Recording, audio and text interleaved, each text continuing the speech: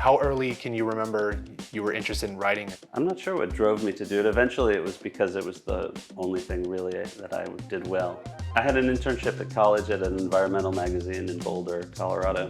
That was the beginning of sort of formal journalism where I started to get published and paid. And after college I went again traveling and writing and ended up in Norway as an advanced person for CBS for the Olympics. That was it. I was sort of hooked after that. I had known this producer, and he basically said, don't try to get a TV job, go cover a war. I went to some places that were post-conflict. Then I got a call out of the blue from this guy, Joel Bernstein at CBS News, and he said, I hear that you'd be a great associate producer on a documentary I'm working on. And then I moved to New York and started working for ABC News, and after a few years there, got a chance to jump to CBS and to 60 Minutes. It was 60 Minutes that changed journalism. Learning to make the transition from journalism to film was really interesting. I've always been interested in telling real stories as movies. Worked every single day, all day, every day and night. From the idea to all getting on a plane in London and premiere it at the Tribeca Festival. It was 10 months.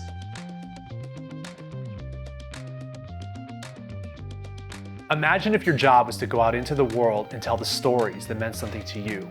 Where would you go? Who would you talk to? Growing up in the suburbs of Chicago, Michael knew at an early age what he was good at: writing. While in college, he focused on poetry and creative writing before starting a career as a travel writer and a photographer. His first big break came when he was asked to cover the Winter Olympics in Norway. I first met Michael around 2018 at a children's birthday party. At the time, our kids were attending the same school and we would pass each other during drop-offs and pickups. In this conversation, Michael and I talk about harnessing your talents, what being a producer at 60 Minutes is like, and how writing an article for Vanity Fair landed him his first Hollywood screenwriting gig. In part 2, Michael talks about making the leap from news journalist to feature film screenwriter and what it's like working on films. I hope you enjoy. How early can you remember you were interested in writing and what kind of drove you to do that? My earliest memory, I think, was, third grade. I was sort of obsessive about a couple writing projects. I remember there was like a parent-teacher night and all the parents were coming and I hadn't finished the story that was tacked on the wall. And, I kind of took the desk down and I was trying to finish it like in the middle of this parent-teacher meeting. It was quite embarrassing for my parents. Well, I went to the University of Colorado, which was a very big university. But they have a very excellent creative writing program that's just part of the English department. And I found kind of a home in that creative writing department. And it was small classes in a big university with a great playwright poet named Cindy Goldfarb, who became a mentor. I was writing fiction and poetry, and then I started working for a magazine and wrote more journalistic pieces and really then started traveling and writing and was able to sell a couple things doing that and thought, this is perfect. If I can get by doing this and traveling and seeing the world, then that's the way I'd like it to go. I knew at a young age what I could do skill-wise, and it's always been sort of the core of whatever I've been doing. How did you start getting into kind of like the more journalistic aspect of writing? Now, I wrote a sort of an undergraduate honors thesis in college, and it was a 70-page thing. And it was very research-driven, and the combination of that, by day and writing poetry for the creative writing program by night sort of fused, and once I got a taste of the travel bug and can combine all those things, it went from there. I would go travel somewhere, do research and reporting and interviews and write a piece, but I'd also shoot my own photographs and found some places that were willing to publish both, which was great. What was it about the travel aspect that you enjoy doing? I don't really like tourism. It doesn't interest me and it makes me feel uncomfortable.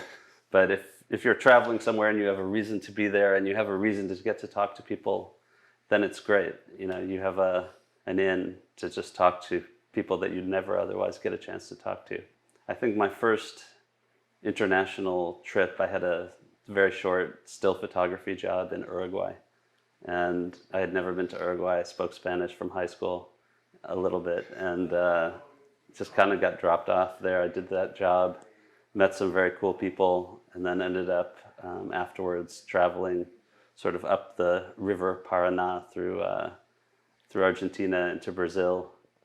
But that was it. I was sort of hooked after that.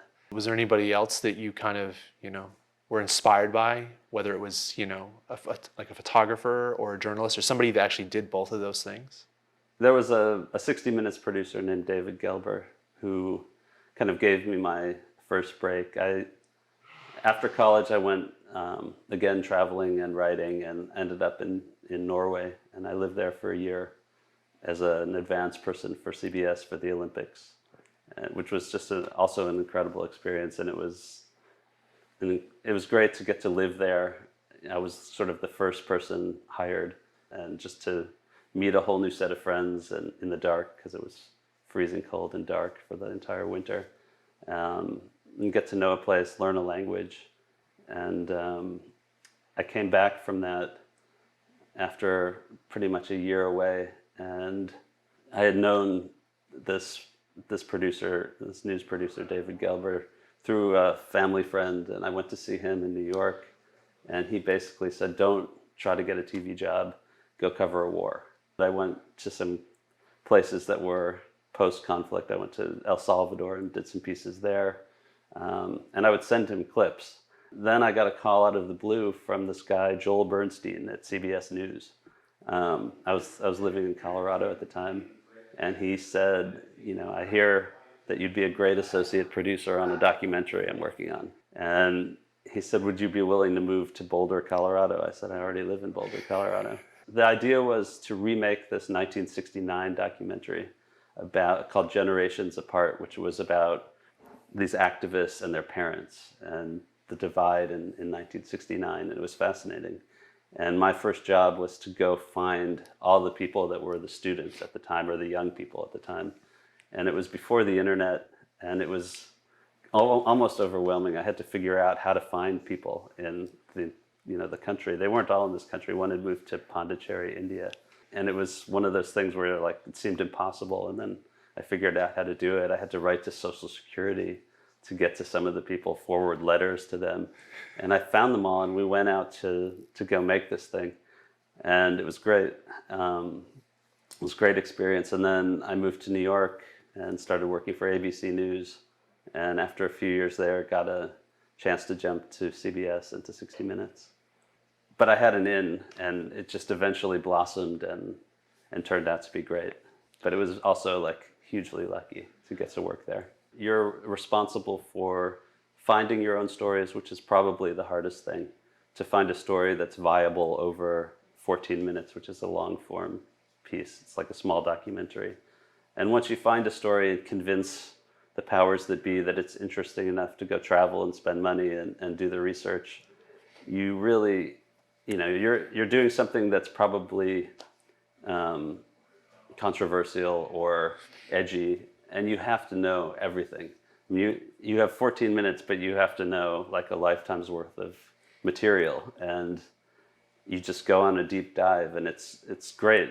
You're getting a salary, and you get to just go explore a combination of doing research through reading and interviewing and going out and traveling. The fear of being wrong is a driver, to really know your shit, basically. And you also have to transmit that to your correspondent when you're at a show like that. I always hear, and when I was in college, it was always the 24-hour news cycle completely changed everything, where just the amount of news constantly coming out. But I think back, growing up with programs like 60 Minutes, where you knew that they were doing a lot of research before they, and they had to go through a lot of things. And we saw what happened with, Dan Rather, with that mistake, how his whole career just, went away. So I'm interested in, as someone, I would assume you still consider yourself a journalist, though you've kind of moved into a different field. But what's your take on journalism today? Actually, it was 60 Minutes that changed journalism more, as much or more than the 24-hour news cycle, because it was a news show that would make money. And prior to that, the news divisions of all the networks were public service, and they would devote tremendous resources to broadcasting the news every night, and it never made the network a lot of money. It was a break-even kind of thing that they did as a point of pride. And then comes 60 Minutes, which is a serious news show that starts to make a lot of money. And then ABC News starts doing 2020, and NBC News starts doing Dateline, and there just is pressure to become more and more sensational, which 60 Minutes resisted for a long time. I think it's become a little bit more so now. CBS was a really interesting place to work because there was so much pride in the news division and so much rigor and people taking risks. It was also, a very exclusive sort of white atmosphere to work in, and you start to realize the limitations of that. It really is like a privileged point of view, and you realize that there are a lot of perspectives that are getting excluded. You can stay there and do 60 minutes, 14-minute pieces for your entire life and career, or you can kind of evolve out of that. I kind of evolved out of it. What draws you to the story? What inspires you? I don't know, maybe because I had such a boring childhood growing up, like you see all these other interesting things out there, and you want to fill your experience and learn about them and meet new people. It's a combination of where's the story taking place, who's involved, and you just have this opportunity to go and learn and to meet new people and also to tell a story that can make people think in a different way about something and add insight, because it's all different forms of storytelling, whether I'm working as a print journalist, as a broadcast journalist, or in film. It's slightly different mediums, but very similar skills that you bring to it. For me, it's all about the deep research. One thing I love in film is writing dialogue, and it's one of the hardest parts, but it's having been a journalist and interviewed so many people, you keep these voices in your head, and you're able to write distinct voices, which is hard, but it's really interesting.